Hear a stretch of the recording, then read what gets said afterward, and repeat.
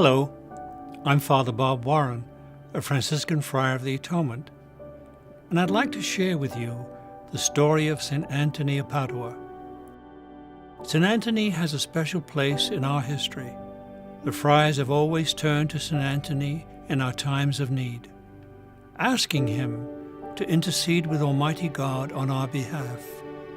Since the earliest days of Greymoor, we have referred to him as our big brother. St. Anthony of Padua is one of the Catholic Church's most popular saints. Many of us may know him as the patron saint of lost and stolen articles, or we may know him as he is typically portrayed, holding the child Jesus, or a lily, a book, or all three in his arms. Yet looking back at Anthony's story, we discover the life of a well-loved Franciscan preacher and teacher, a saint of the people. St. Anthony was born in the year 1195 in the city of Lisbon, Portugal, and given the name of Fernando at baptism. When Fernando was 15 years old, he joined the religious community of Canons Regular of St. Augustine in Lisbon. At 17, he was transferred to the Augustinian monastery at Santa Cruz, which was renowned for its biblical scholarship. Here, he spent 9 years in intense study. There's every indication that during this time, he learned the sacred scriptures, memorizing them by heart. When he was 25 years old, Fernando encountered 5 Franciscan friars who were on their way to Morocco, most likely to die as martyrs for the gospel. 5 months later, the bodies of these 5 were brought back from Morocco. Fernando was deeply moved by their deaths. These men had risked their own lives out of love of the gospel, and Fernando was inspired and determined to do the same. In his enthusiasm, he went to the Franciscan friary and said to the friars, "If I may go to Morocco and imitate these brothers, I will gladly join you."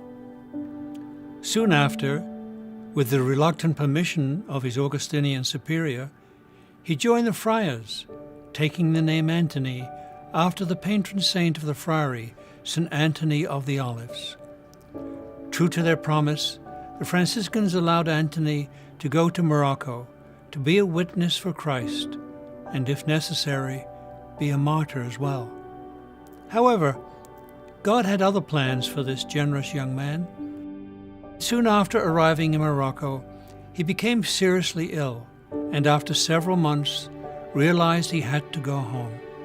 On the return voyage, the ship ran into a violent storm, and they were blown off course all the way to Sicily, where they landed at Messina. In Messina, Anthony found a group of friars who took him in and nursed him back to health. From them, he heard about a great meeting of all the friars with St. Francis, the founder of their order. And though still ill, he accompanied these friars north to Assisi. This meeting with St. Francis on May the 23rd, 1221, would become known as the Chapter of Mats, so called because the 3,000 friars who attended could not be housed, and they had to sleep on mats. Anthony was one of the few unknown foreign friars among the thousands gathered for this meeting. As the chapter broke up, Anthony was ignored by everyone.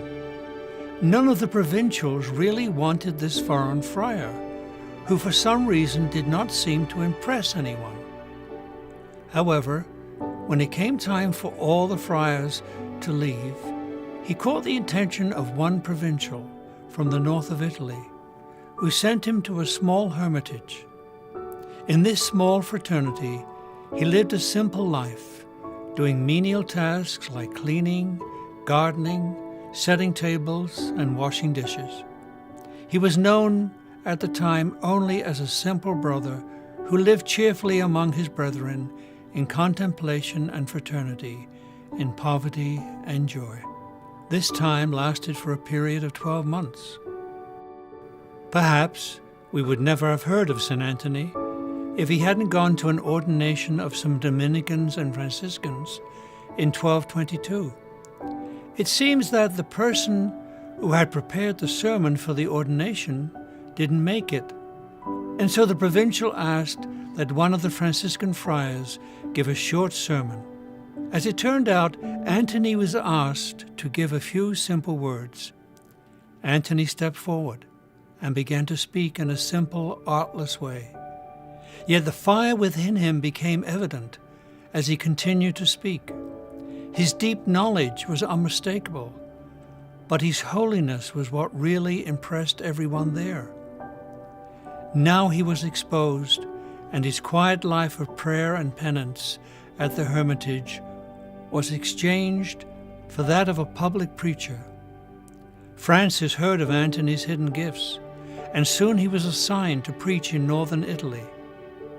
The problem with many preachers in Antony's day was that their lifestyle contrasted sharply with that of the poor people for whom they preached. People of that time wanted to see a genuine gospel-inspired lifestyle in their spiritual guides, and in Antony they found it. They were moved by who he was, even more than by what he said. Despite his efforts, not everyone was open to receiving his message. Legend has it that one day while preaching in a town ruled by heretical preachers, the people of the town did not like what he had to say and refused to listen. So Anthony turned to the river and preached to the fishes instead, and we are told they listened. As Anthony continued to preach to the people and teach the friars, he assumed more responsibility within the order. In 1226, he was appointed provincial superior of northern Italy. Yet, as always, he still made the time for contemplative prayer in a small hermitage. Around Easter in 1228, at the age of 33, while in Rome, he met Pope Gregory IX, who was himself a faithful friend and advisor of St. Francis. Naturally, Anthony, now famous, was invited to speak. He did it humbly, as always. The response to his speaking was so great that people later said it seemed the miracle of the first Pentecost was repeated. Eventually, Anthony arrived in Padua in northern Italy. Padua is located a short distance west of Venice. At the time of Anthony, Padua was an important city with a highly respected university for the study of civil and church law. It was in Padua where he preached his last and most famous series of Lenten sermons. The crowds were so great, as many as 30,000, that the churches could not hold them.